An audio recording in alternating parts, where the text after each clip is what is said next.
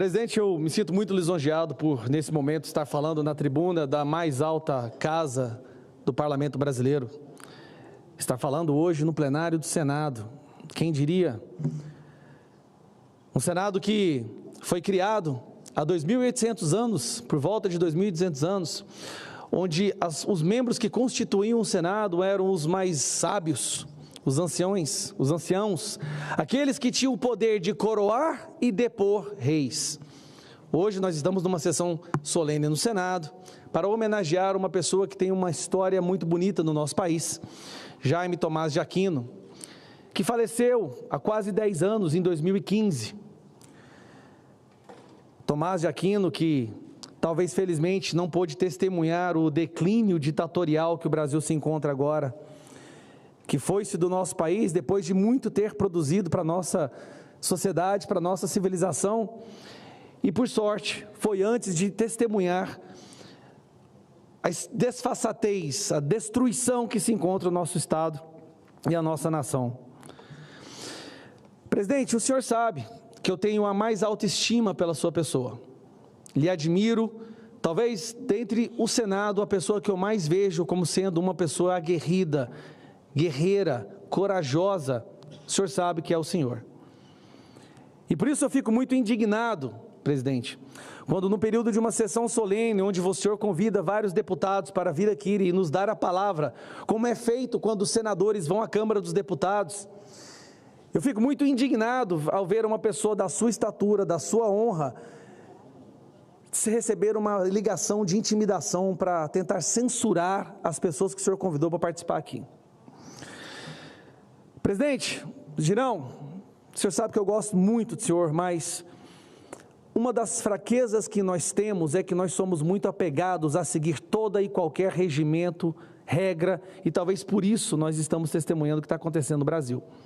Porque o lado de lá não segue regimentos, presidente. O lado de lá não segue ordem, o lado de lá não segue a Constituição. Mas nós somos obrigados a seguir o regimento que diz que eu tenho que vir aqui, e que se eu não falar de caju, presidente, me desculpa, nós perderemos a sessão e seremos censurados. Pois eu falo de caju então. Desde que meus filhos são pequenos, nós temos uma mania de fazer algo que se chama aventura da guloseima. De madrugada, nas sextas e sábados, a gente sai por volta de 1, 2 horas da manhã para achar alguma loja de conveniência aberta. E lá eu levo meus filhos, a gente vai de pijama mesmo, a minha filha sempre usa um roupão de unicórnio, e ela sempre escolhe Fine e M&M, e eu sempre escolho Twix e castanha de caju salgada. E é sempre o nosso ritual é voltar para casa e assistir um seriado, maratonar, assistir um filme, comendo guloseima. Essa é a nossa aventura da guloseima. E quando me falaram dessa sessão do caju, eu me lembrei disso, por quê? É por isso que eu estou aqui hoje, por causa dos meus filhos. Eu virei um deputado federal quando eu vi que o caminho que a nossa sociedade, que o nosso país está indo, se nós não fizermos algo para resgatar a decência, a sanidade, o respeito à Constituição, serão os nossos filhos que vão sofrer as consequências. Então, se houver consequência contra mim por eu não falar de caju agora, que venha contra mim. Mas o que eu vou falar agora é para salvar os nossos filhos. Então me desculpe, presidente, mas eu vou falar o que eu preciso falar aqui no Senado, porque eu estou numa casa onde a maioria dos membros não fala o que precisa ser dito. O Senado foi criar para dar estabilidade no país, para ir atrás daqueles que abusam do poder. Um Senado que foi criado para coroar e destituir reis, hoje coroa um ditador. Porque pela não ação dos membros desse Senado, hoje nós temos medo de participar de um grupo de WhatsApp e dar um joinha, de compartilhar uma coisa nas nossas redes sociais. Todas as vezes que o Senado deixou de agir, mais um tijolo foi colocado nesse império ditatorial que se consolida no Brasil. Então, se eu estou fazendo algo aqui hoje, é chamando o povo brasileiro a olhe para os senadores. Se nós estamos assim hoje, é porque a maioria dessa casa, dos membros dessa casa, se acovardaram diante de uma pessoa que tem na mão uma caneta que pode colocá-los da prisão. Mas ter medo de prisão em um país que nós já estamos presos? Se engana quem acha que está livre nesse Brasil, presidente. Não é porque você pode levar o seu corpo de um ponto A para um ponto B, não quer dizer que você não esteja preso. Nós estamos em um país prisão, perdendo a nossa voz, onde a Constituição não é respeitada, onde dia após dia irregularidades são cometidas e os senadores que poderiam fazer uma coisa nada fazem. Nós, deputados federais, somos cobrados diariamente, mas a verdade é que o Brasil saiba disso, são os senadores que têm o poder de trazer a estabilidade de volta ao Brasil, são os senadores que podem devolver a nossa democracia. Quando o STF censurou a imprensa por causa do amigo do meu pai, eram senadores que deveriam ter feito algo e não fizeram, mais um tijolo foi colocado nessa ditadura. Quando o Moraes abriu inquéritos ilegais, mais um tijolo foi colocado e os senadores colocaram cimento para consolidar, nada fizeram. Quando tem alguma votação, uma PEC ou um PL e o STF interfere e os senadores não fazem nada, mais uma vez a nossa ditadura está sendo cada vez mais consolidada. Tem exceções? Sim, nós temos exceções, presidente. Nós temos vários senadores que são guerreiros, mas ainda não fazem a maioria da casa, que precisam da nossa ajuda, e esses senadores inclusive estão aqui agora, muitos deles, mas eu sei que há senadores sim, que lutam pelo Brasil, mas infelizmente, a maioria da casa não coopera, presidente. Infelizmente, quando a gente percebe imagens de WhatsApp sendo vazadas, conversas, mostrando que uma organização criminosa foi criada dentro do TSE e o STF, e os senadores não fazem nada, o Pacheco não faz nada, mais um tijolo é consolidado nessa ditadura, presidente. Como eu poderia vir aqui e ficar em silêncio sobre isso, se essa é a casa que tudo pode ser resolvido? Nós sabemos, senador Magno Malta, Rogério Marinho, tem vários outros, Damares, nós temos o senador Girão, vários outros senadores. O Brasil conhece os senadores que estão do nosso lado. Mas infelizmente a maioria coopera para a consolidação dessa ditadura. O povo brasileiro tem que focar agora em cobrar os senadores para que prisões preventivas intermináveis não aconteçam novamente. O povo brasileiro tem que voltar a cobrar os senadores para que as nossas redes sociais não sejam derrubadas ilegalmente. Nós chegamos num nível que nós não sabemos mais o que fazer, Van Hatten.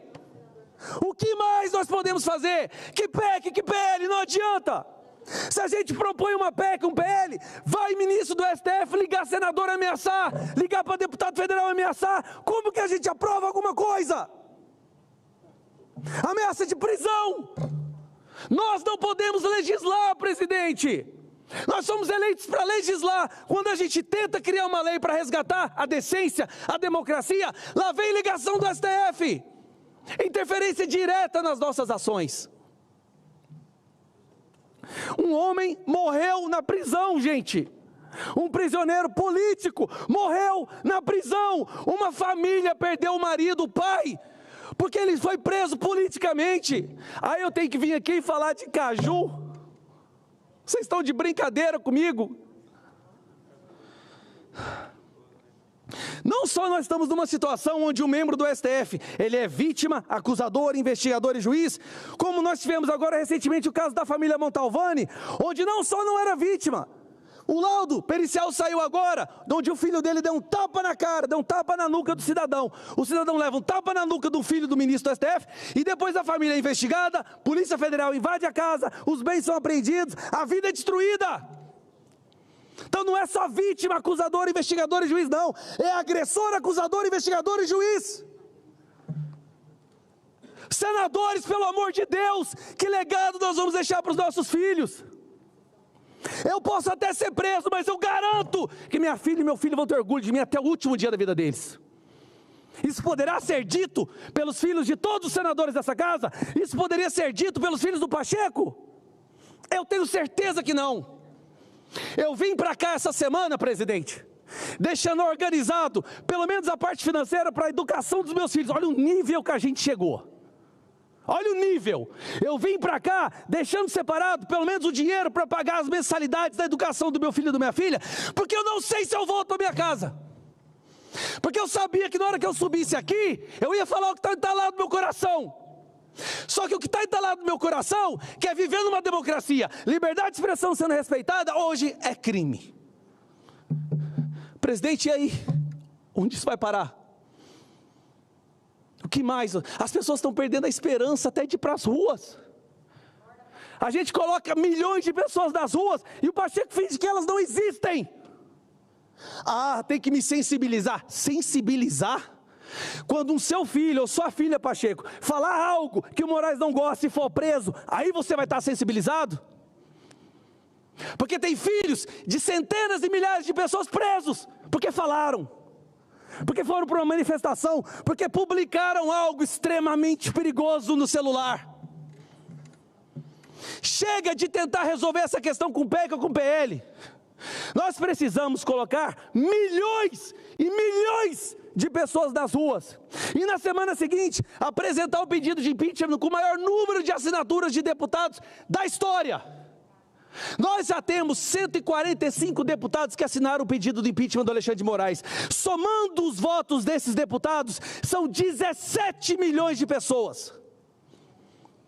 Cadê os outros deputados para assinar esse pedido de impeachment? Todos têm que trabalhar agora. Então eu peço perdão, presidente, porque estava entalado no meu coração há muito tempo. E aqui era o lugar que eu tinha que falar isso. Esbravejar e falar na Câmara dos Deputados, eu já fiz tudo que eu podia falar, até minha garganta não aguentar. Mas é aqui que a solução do Brasil pode sair. E me desculpe se o fato de eu ter falado o que eu falei possa lhe causar alguma retaliação do Pacheco, provavelmente virá. Mas todo o sacrifício que o senhor está fazendo, todo o sacrifício será pago com a gratidão do povo, ao contrário da vida dele, que hoje não pode ir numa padaria. Não existe discurso de ódio de pessoas que amam esse país e só querem viver numa democracia. O que vocês escutam aqui é a voz de uma pessoa indignada, porque a gente está vendo a nossa Constituição ser desrespeitada, pessoas inocentes sendo presas. Eu não posso me indignar mais? Então, presidente, para concluir, eu gosto de caju. Espero que falar isso impeça o senhor de ser penalizado pelo que está acontecendo, presidente. Obrigado.